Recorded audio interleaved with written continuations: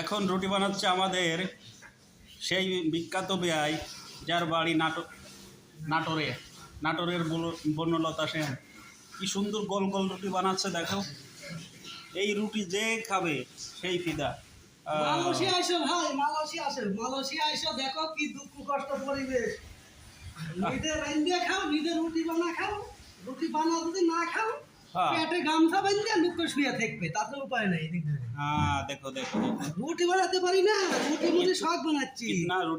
कितना अच्छा रोटी बनाता है। রুটি বানানো শিখে গেছি, এখন আর বয়ের রুটি বানানো শিখে গেছি, এখন আর বয়ের দরকার নেই। হ্যাঁ